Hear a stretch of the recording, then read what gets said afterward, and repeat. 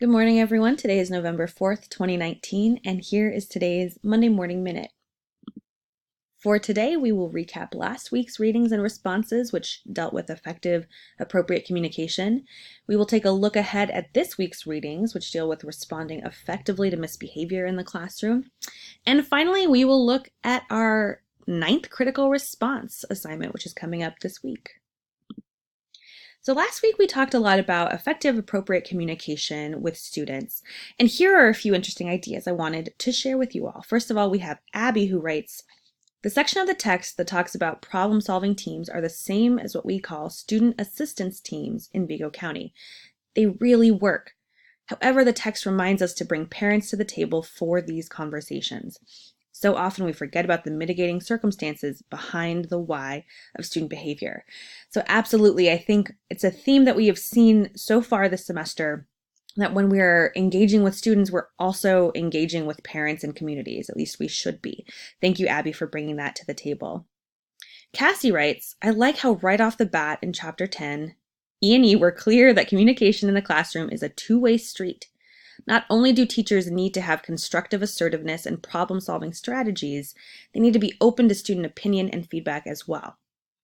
I think this might be one of the most overlooked aspects of education, specifically in my teacher education, since I don't know if it was ever really mentioned during my training years. Oh my goodness, ghost face emoji for me. If students feel that their opinions matter and are being heard, they are way more likely to positively respond to a teacher. And I think this goes back to, again, themes that we've seen already in terms of the importance of maintaining the dignity and humanity of our students, and that goes for our any sort of consequences that we issue, but certainly in our communication as well.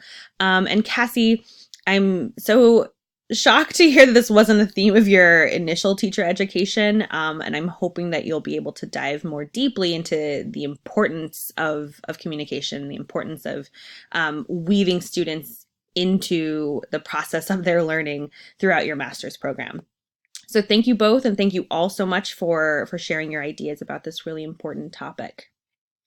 Kind of building on this topic, I hope you see that this whole course is kind of sequential and scaffolded. So we start at the very beginning of the year, of the semester rather, talking about the importance of classroom communities, of relationship building. And now in the last few weeks of the semester, we're now talking about misbehavior and how to respond effectively to it.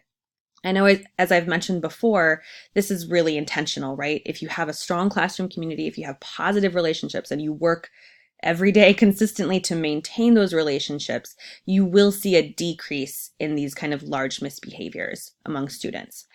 So for this week, we have two chapters. We have our Jones and Jones chapter 8, which is responding to behavior that disrupts the learning process.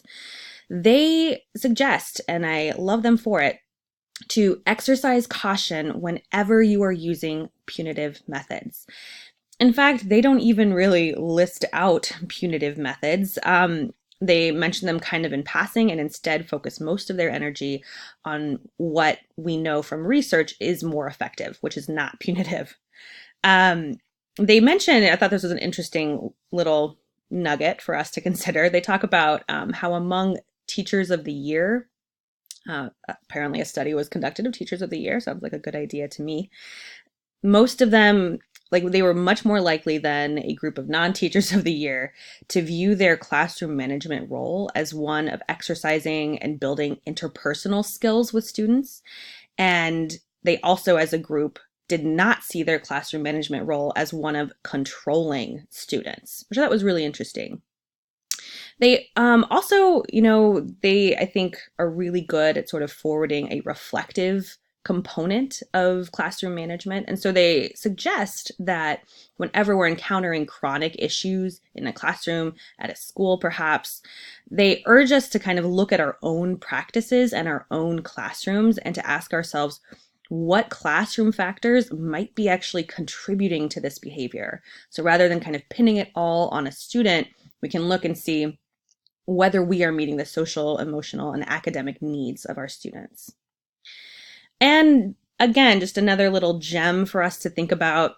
They remind us that the disturbance of the teacher's intervention should not be greater than the disruption it is intended to reduce. Wise words to live by. We should stitch that on a pillow or something. Okay, so that's the J&J chapter 8. We also have another chapter assigned this week. It's the Emmer and Evertson text, chapter 11, Managing Problem Behaviors. I want to give you all right now permission to skim this. It largely covers in less depth, I would say, everything that J&J talk about. In fact, they even cite Jones and Jones, and some of the visuals and charts and heuristics that you will see in the J&J chapter are just totally reprinted in the E&E. So please feel free to skim. Of course, there are some really important concepts that they bring up, but again, I think Jones and Jones do a more thorough job. And I would also urge you in looking at the E&E chapter to really apply a critical eye to the interventions that they list, especially the ones marked moderate, which include things like isolation, leaving classrooms, and things like that. Things that Jones and Jones don't even dive into because, again, there's not a strong research base to show that those are actually effective methods. So again, skim through that and be super critical as you're looking through their suggested interventions. So for this week, we have our 9th critical response, 9 of 10. We're nearing the finish line. And that initial response will be due on Thursday, and then 2 follow-ups per usual will be due on Sunday, November 10th. And here is an optional prompt for you. It's inspired by a pause and consider from the Jones and Jones text.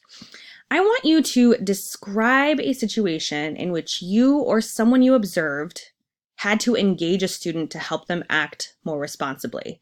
So think about maybe a moment of tension where one or more students were not acting responsibly in a classroom context, perhaps in a broader school context. And so I want you to reflect on the interventions that were used in this situation. What did the adult do? And were those interventions effective? And then secondly, consider 2 or 3 additional interventions that are brought up in either chapter that could also have been employed in this situation. So again, that's the optional prompt. If you'd rather just kind of pick out the pieces and reflect on the ideas that are most interesting to you and most relevant to you, that's totally fine. But that is all we have going on for this week. I'm excited to hear what you all think about these chapters, and I will see you back here next week.